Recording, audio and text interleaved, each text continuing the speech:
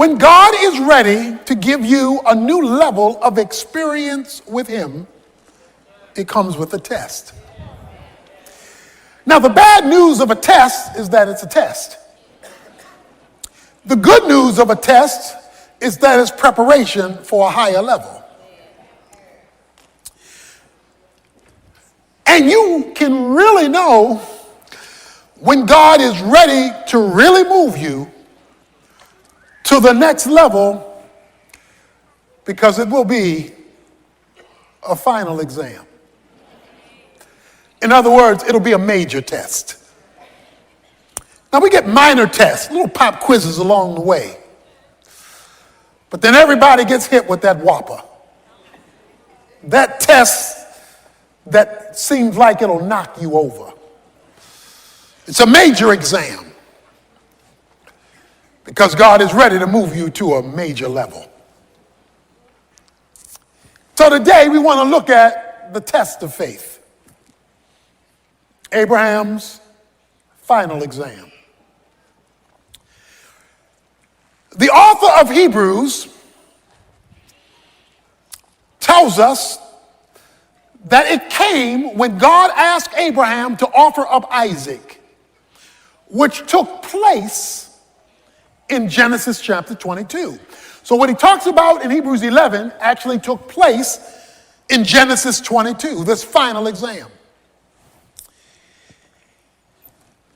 He is told to offer up Isaac, who was the promise. So here's when you know it's a major test, because you're getting ready to have a major promotion to a whole nother level. You know it's a major test when it calls for something significant in your life and at the very same time makes absolutely no sense at all. In Genesis chapter 22, where the story is unfolded for us in that chapter in detail, God tells Abraham these words. He says to Abraham in Genesis chapter 22, now it came about, verse 1, after these things that God tested Abraham and said to him, Abraham, and he said, here I am. And he said, take now your son, your only son, whom you love, Isaac, and go to the land of Moriah and offer him there as a burnt offering on the mountain of which I will tell you. That made no sense. How do you worship God when God is doing a number on you? How do you worship God when he has disappointed you? How do you worship God and go to the altar when you believe he has failed you? God, how do I go to church today? Listen, I don't feel like worshiping today. Not in light of what you're asking of me, demanding of me, instructing me, calling me to do. Because what you are asking is too deep. But it says Abraham got up. There's another thing you need to observe. It says, get up and go to the mountain, to the place I will show you. He had to obey without all the details. I will only give you more details when I see you moving. See, one of the reasons that we do not see more details from God is he can't get us to move from where we are. Faith is measured by movement. If there is no movement, there is no faith, no matter how faith-ish you feel. So it says Abraham got up. And now the plot thickens. When he gets up, I want you to keep this verse in mind, verse 4. I'm just going to read it right now. We're going to pick it up in a minute. Verse 4 says, on the third day, Abraham raised his eyes and saw the place from a distance. Let me read verse 4 again. Verse 4 says, on the third day, Abraham raised his eyes and saw the place from a distance. Somebody say third day. On the third day, Abraham raised his eyes and saw the place from a distance. He tells the young men, the servants who help carry the load, y'all stay here. I and the lad will go up and we will worship and return to you. Oh, wait a minute now. Abe, God just told you to go kill him. Abe tells the boys, I'm going up here to worship. You boys stay here, me and Isaac. We're going up here to worship. And when we finish our church service, me and the lad will come back. Oh, wait a minute now. God just told you to kill him. Y'all stay here. I'm going up here, take care of what God told me to do. And when I finish what God told me to do, me and the boy will see you afterwards. But God told you to kill him. So what you mean? We coming back to see you afterwards. See, when you're called to faith, you got to speak the truth in the midst of the contradiction of the circumstance. Hebrews 11 says the reason he said that was because he believed God was even able to raise the dead. That's what Hebrews 11 says. So if I obey you, God, and do what you told me to do, and at the same time believe your promise that you're going to work through Isaac to make a great nation, then I also have to believe, since you don't contradict yourself, that if I do what you tell me to do, you got some kind of miracle you're planning to bring me and this boy back here again. But what made him speak that? Where did this faith confidence come that God could raise the dead? Well, you recall, Sarah's womb was dead. And Abraham couldn't function no more at 100 years old. And God created a hookup. And the miracle baby of Isaac was born. He had seen what God could do in raising a womb. So he figured the same God could raise a son. So when God calls you to a major exam, don't forget what he did in the quizzes. Don't forget what he did yesterday when he moves you to a bigger challenge tomorrow.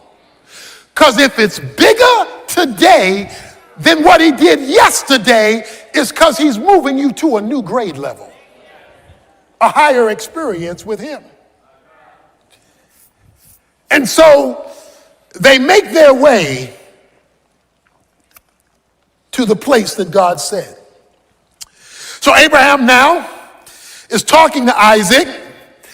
Isaac says to his father, my father, verse 7 of Genesis 22, here I am, my son. He said, behold, I see the fire, I see the wood, but I don't see the lamb. Every other time we went to church, we had a sacrifice. But today, you ain't bring a lamb. What's up, Dad? Dad looks at his son, can't say anything. You know what he says? He says, son, God's got to fix this one. The Lord will provide himself, because I don't have an answer for you. I don't know how this is going to work out. And when God puts you in a final exam, you don't know how this is going to work out. God has got to do something here, because only God has an answer to this dilemma of faith that I'm in. Because this is a midterm or a final. This is not a little pop quiz, and it's confusing. And God's got to provide the solution. And so he takes his son up. He puts him on the altar. Verse 9, he built an altar, arranged the wood, bound his son Isaac, and laid him on the altar on top of the wood. Can you imagine what he's thinking, feeling? And Abraham stretched out his hand and took the knife to slay his son. Because guess what? That was what he was told to do. Verse 11, but the angel of the Lord called to him from heaven and said, that's Jesus in the Old Testament, the angel of the Lord, Abraham, Abraham. Whenever God calls your name twice. See, when he told him to obey, he only called his name once in verse 1, Abraham. But now in the middle of his crisis, he calls his name twice. That means there's something special coming down the pike. Abraham, Abraham, and he said, here I am. Do not, verse 12, stretch your hand out against the lad and do nothing to him, for now I know you fear me, since you have not withheld your son, your only son, from me. Now, I don't know about you, but you should be having a problem right now, and it ought to be a theological problem, because God says, now I know. Oh, wait a minute, you God. You're omniscient. Omniscient means all-knowing. You already knew what I would do, because you're God. You know yesterday, you know today, and you got prophecy down. You know tomorrow. You know where I came from, you know where I am, you know where I'm going. What do you mean you only know this now? And you're an all-knowing God. Come on, with your knowledge base, I could have stayed in bed. We could have skipped all this because you already know. But that's not what God says. He says, now I know, as though I didn't know before. Because I know it, I'm knowing it now. And I only know it now because of what you just did. So how do we theologically bring together the concept of an all-knowing God and a not knowing something till now? How does that work? Well, I want to share with you today something God does not know. While God knows everything actual and everything potential, he does not know everything experiential. For example, if you were to ask God, what does it feel like to commit a sin? I suggest to you he couldn't answer that question, because he's never done it. The reason why God became a man in the person of Jesus Christ, according to the book of Hebrews, is that God became a man in the person of Jesus Christ so he could sympathize with our weaknesses, so he could feel what we go through. The Father knows what you go through. Jesus can feel it. So Jesus the Son can explain to God the Father, who already knows the information, what the information feels like, because he became a man. So what then is being said to Abraham at this moment? He is saying, Abraham, now I know you love me because I see it and feel it. In other words, you have now given me the experience of your love, not merely the verbalization of it. Sacrifice your son, the son whom you love, your only begotten son. Do you love me more than him? That's a final exam. When God calls forth a faith act of love so he can feel it. Now I know. Oh yeah, informationally, yes. Intellectually, yeah. But today I feel your love. And I feel it because of your choice of me over the thing you love most in life. What is your Isaac? That thing that God can't have because you're too attached to it. And God says, bring it here. We're talking about the test of faith, and we're not talking about a pop quiz now. We're talking about a final exam. Now I know. And there we have it. Watch this. Then Abraham raised his eyes and looked, verse 13, and behold, behind him a ram caught in the thicket by his horns. And Abraham went and took the ram and offered it up for a burnt offering in place of his son. And Abraham called the name of the place Jehovah Jireh. The Lord will provide, as it is said to this day, in the mount of the Lord it will be provided. That's one of the great names of God in Scripture, Jehovah Jireh. Let me talk to you about the word Jireh, provide. The Hebrew word Jireh means to see beforehand. That's a literal translation of Jireh, to see beforehand. What you get to see in his provision, you get to see it because of what he's already seen in his prevision. So he precedes what you're going to be provided. What you're provided over here when he comes through, he's already seen over here before you get to it.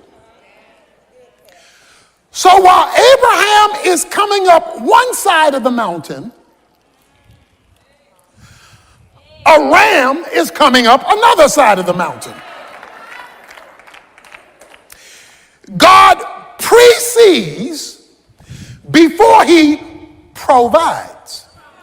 But what he provides, he's already preceded.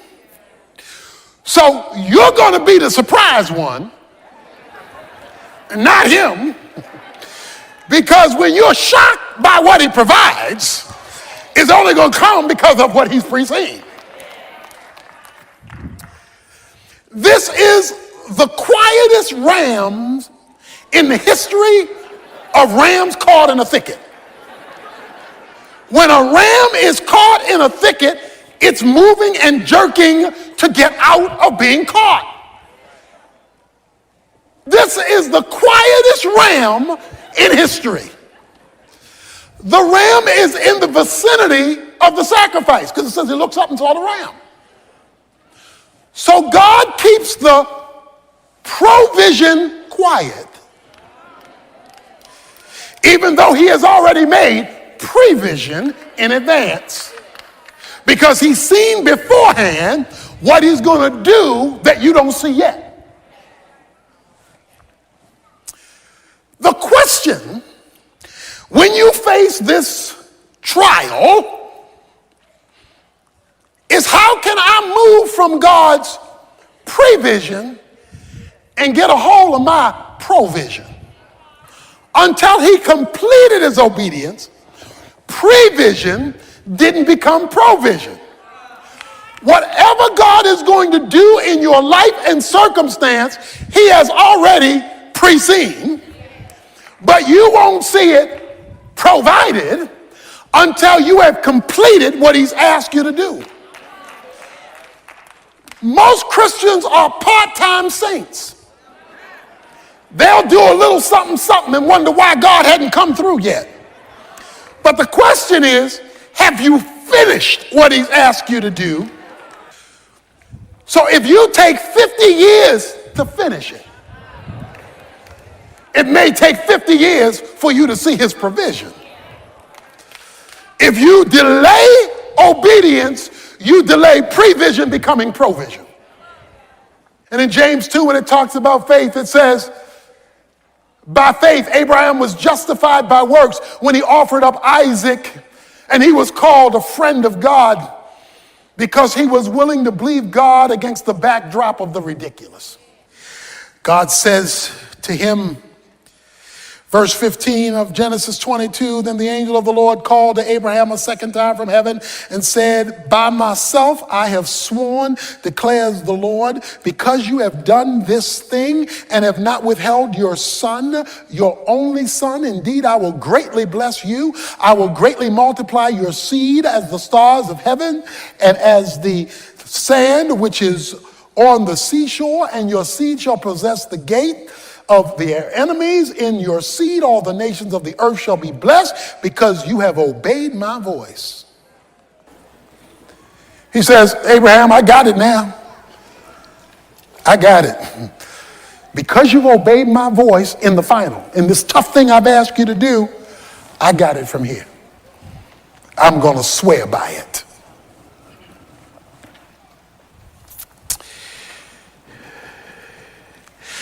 The good news here is that Abraham has had failures in his past. He's blown it a few times over these 25 plus years. God just gave him retesting. Some of us are here today, and we've been retesting. God says, I'll wait till you pass. Because I want to give you an experience with me. You want the provision. I want the experience. Give me the experience of your commitment, and I'll show you what I can do with rams caught in the thicket, waiting to move when I tell it to.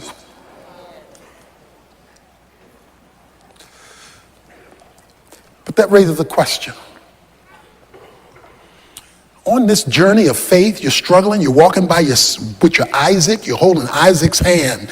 You're holding that situation by the hand, and God is telling you to kill it even though you love it. And you're walking. How do you make it? How do I make it? Because I don't know when God's going to do it. I don't know how God's going to do it. I don't know how am I going to make it? Remember verse 4? It says on the third day, Abraham looked up and he saw the place. In St. John chapter 8, Jesus is talking to the Pharisees. And Jesus is telling them who he is. And Jesus is talking about the fact that he is the Son of God. And the Pharisees are looking at him like he's crazy and saying, you aren't even 50 years old, they say. You aren't even 50 years old. And you're talking about Abraham like you know him. You're not even 50 years old. What are you talking about Abraham? And Jesus said, before Abraham was, I am. That's the Old Testament name for God. Moses said, who shall I tell you sent me? He said, you tell him I am sent you. That's the name for Yahweh. So Jesus says, before Abraham was, I was God. Okay? In fact, Jesus goes on to say, in the last few verses of John chapter 8, he says, watch this, Abraham saw my day and was glad. Genesis 22, verse 4. Abraham is on his way to Mount Moriah, and he looks in the distance, and he sees something. Jesus in the New Testament tells us what Abraham in the Old Testament saw. Jesus said, Abraham saw my day. What day did Abraham see? Let me tell you a little secret. Mount Moriah is located a few hundred yards from Mount Calvary. There are just a few hundred yards that separate Mount Moriah from the hill of Golgotha. Jesus said, Abraham saw my day, and he smiled. So Abraham is walking to kill his son, looks up and goes, yeah. He says, Abraham focused on me. And while he kept his eyes focused on me, that's why Hebrews chapter 12, verse 2 says, looking unto Jesus, the author and finisher of your faith. It says, while you're on your journey, in your final exam, keep your eyes on Jesus. Because if you'll focus on Jesus, he'll get you up the mountain of your exam until you pass the test. Don't look at people, they'll discourage you. Don't look at circumstances, they'll flip the script. He says, keep your eyes on Jesus as you obey God, because when you keep your eyes on Jesus, he will sustain your faith until you reach the finish line of your test. When you're in doubt, look at Jesus. When you're afraid, look at Jesus. When you're unsure, look at Jesus. When you're tempted, look at Jesus. When you failed, look at Jesus. When you're frustrated, look at Jesus. When you don't think you can make it, look at Jesus. Keep looking at Jesus, because if Abraham could look at him in the Old Testament and he hadn't even come yet, how much more should you and I look at him now that he's come, died, and arose?